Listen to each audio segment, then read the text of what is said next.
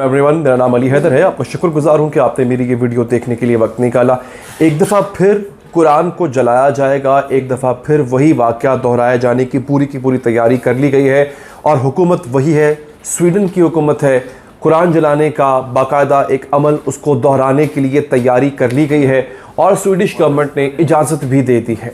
लेकिन इसके साथ साथ जो कुछ इराक़ में हुआ है वो आपके लिए जानना बहुत ज़रूरी है। इराक़ में बाकायदा तौर पे अपने तमाम तर ताल्लुकात स्वीडन से ख़त्म कर लिए। इसके साथ साथ मुज़ाहिरीन ने जो स्वीडन की एम्बेसी के साथ किया, मैं आपको वही बताऊंगा। लेकिन नाज़रीन, सबसे फोरमोस्ट जो ख़बर है वो ये है कि स्वीडन ने ये इजाज़त दी क्यों है।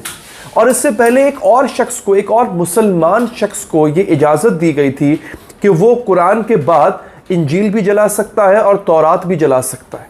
अगर आपने मेरा चैनल फॉलो किया हो, अगर आप वीडियो देखते हो, आपको अंदाज़ा होगा कि मैंने उस पर बाकायदा एक डिटेल्ड वीडियो बनाई थी कि किस तरह से एक शख्स ने बाकायदा तौर पे कुरान की बेहुरमती का बदला लेने के लिए बाइबल यानी इंजील और तौरात को तौरा कहते हैं, उसको जलाने का एहतमाम किया, परमिशन ली, उसको परमिशन मिल गई। अहाता के अंदर एक गार्डन के अंदर वो शख्स आया, वहाँ पे उसने बाकायदा एक अलाव जलाया, जलाने के लिए आग का अलाव जलाया। और जब जलाने के लिए बिल्कुल वो तैयार था तो उसने अपने आप को रोका, उसने तौरात को चूमा, उसने इंजील को चूमा और कहा कि ये अलहामी किताबें हैं, उसमें कोई शक भी नहीं, हमारे ईमान का हिस्सा है। और फिर उस शख्स ने कहा कि मेरा ये मकसद था कि मैं मैसेज दूँ, मैं पैगाम दूँ सबको कि हम मुसलमान इज़्ज़त करते हैं, हम मुसलमान तमाम अंबिया पे ईमान लाए हैं, उन पे आने वाले आसमानी किताबों सहीफ़ों के हर हम ईमान रखते हैं। लेकिन एक और बदबख्त शख्स ने कहा कि मैं अब दोबारा कुरान जलाऊँगा, तो उसकी परमिशन भी स्वीडिश गवर्नमेंट ने दे दी। मैं सवाल मेरा ये है कि ये स्वीडन गवर्नमेंट को प्रॉब्लम क्या है? इससे जो कोई परमिशन मांगता है उसको परमिशन मिल जाती है, क्यों? और तो किसी चीज़ की परमिशन नहीं है। यहाँ पे कहो ना तुम, अगर यहूदियों के ऊपर जो कुछ हुआ दूसरी जंग अजीम में, उस पर बात करने की परमिशन आप इनसे मांग के देखें, आपका जीना महाल कर देंगे ये लोग। तो खैर, मैंने आपको जो खबर देनी थी जिसकी वजह से मैंने ये वीडियो बनाई है, सबसे पहले तो मैं आपको बताता हूँ इराक़ ने क्या किया, फिर हम बात करेंगे कि स्वीडन की गवर्नमेंट ने वो परमिशन जो दोबारा दी है कुरान को जलाने की, वो क्या परमिशन है, तो उस पर हम आते हैं। अच्छा, इसको अल जज़ीरा रिपोर्ट कर रहा है।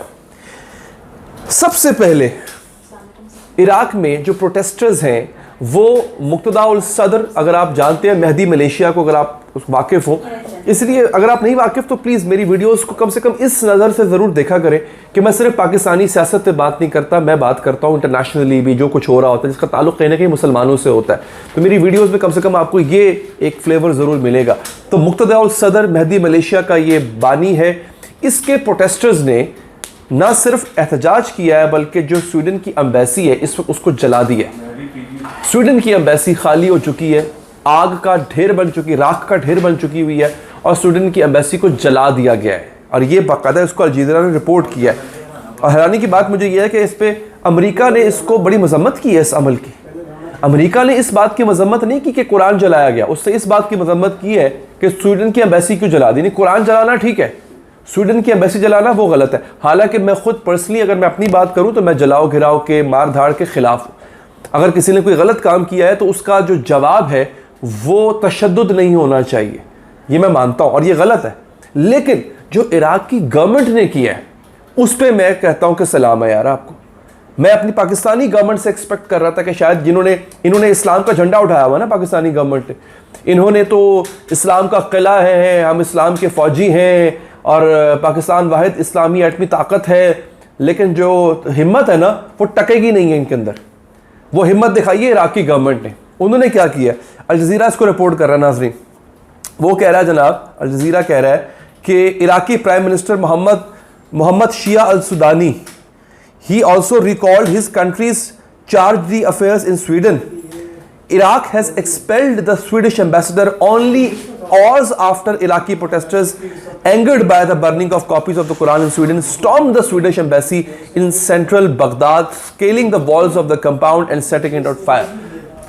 जैसे ही हुकूमत इराक़ ने देखा कि जो एहतजाज करने वाले हैं वो आपे से बाहर हो रहे हैं, उनका गुस्सा ठंडा नहीं हो रहा और वो बढ़ रहे हैं स्वीडिश एम्बेसी की तरफ, उन्होंने क्या किया, उन्होंने इराक़ ने स्वीडन के एम्बेसडर को निकाल दिया मुल्क से स्वीडिश एम्बेसी बंद कर दी।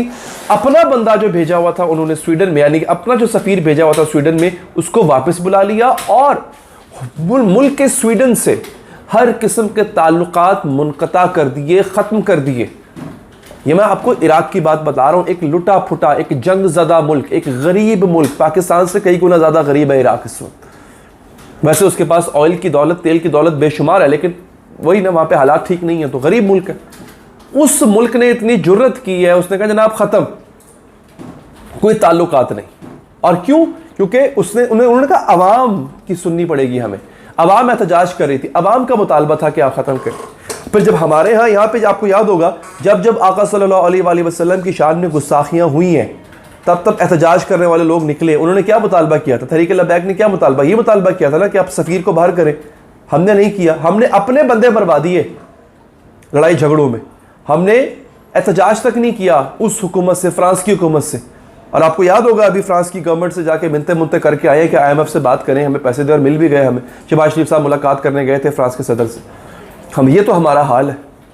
हमने बेसिकली इनसे सीखना है। अब आप कह लें जनाब कि ठीक है, इराक एक ऐसा मुल्क है जहाँ पे शिया सुन्नी आबादी काफ़ी हद तक रहती है। वहाँ पे बहुत आबादी जो है वो अहले सुन्नत की बहुत आबादी है, अहले तशीयों की बहुत आबादी है। ज़्यादातर वहाँ पे अहले तशीयों हैं, लेकिन अहले सुन्नत जो है वो बहुत बड़ी तादाद में, बगदाद में ख़ास तौर पे वहाँ पे बहुत बड़ी तादाद है। उन सब ने एक नुक्ते पे इत्तफाक किया, क्या? कि कुरान की बेहुरमती नहीं होने देंगे हम, आका सल्लल्लाहु अलैहि वसल्लम की बेहुरमती हम नहीं होने देंगे। शिया हो, सुन्नी हो, किसी भी फ़िरके से ताल्लुक़ रखता हो, इस एक नुक्ते पे इत्तफाक है और बनता है। ये तो कोई बर्दाश्त नहीं करेगा ना, चाहे किसी भी फ़िरके से ताल्लुक़ रखता हो। इस पे वो मुत्तफ़िक हो गए, फिर हुकूमत को घुटने टेकने पड़े। अब हम क्या, हमारे यहाँ क्या होता है? हमारे यहाँ एक जमात निकलती है, खैर वो जो जमात निकलती है वो उसका एहतजाज भी कोई बंदे के बच्चों वाला एहतजाज नहीं होता। वो भी कहती है रस्ते में जो चीज़ आए उसको उखाड़ फेंको, उसको तोड़ दो, उसको मार दो, उसको तबाह कर दो।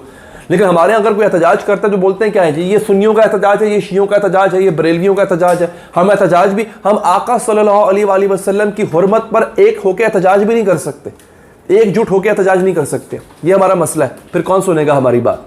खैर नाज़रीन, हुआ ये कि उन्होंने निकाल, लेकिन एक और बंदे को, अभी उस बंदे का नाम डिस्क्लोज नहीं हुआ, एक और आदमी को स्वीडन की गवर्नमेंट ने बाकायदा परमिशन दे दी कि बेटा तू जाके कुरान जला, एक नहीं 10 जला। तो अब मैं समझता हूं कि दीगर मुस्लिम ममालिक को भी जागना चाहिए, उठना चाहिए कि भाई क्या कर रहे हो, इजी हो जाओ। मैं हैरान हूँ, मैं आखिरी बात करूंगा फिर मैं वीडियो खत्म कर दूंगा। अल जज़ीरा ने रिपोर्ट क्या किया? अल जज़ीरा रिपोर्ट कर रहा है यहाँ पे कि हाँ, the governments of several Muslim countries including Turkey, the United Arab Emirates, Jordan, Morocco issued protest about the incident with Iraq seeking the man's extradition to face trial in the country। वो कह रहे हैं जनाब दीगर ममालिक ने भी इस पे आवाज़ उठाई, जिसमें कौन था? जिसके अंदर मुत्तहदा अरब अमारात, जॉर्डन यानी उर्दन, मोराको, मराकश और तुर्की शामिल है। पाकिस्तान का नाम ही कहीं नहीं है। अभी से अंदाज़ा लगा लेना हमने कितना एहतजाज किया होगा। मैं आवाम के एहतजाज की बात नहीं कर रहा, मैं हुकूमतों के एहतजाज की बात कर रहा हूँ। तो ये पैगाम इतना फैलाएं कि हुकूमतों तक पहुँचे। अपना ख्याल रखिए नाज़रीन, अल्लाह ने के बाद।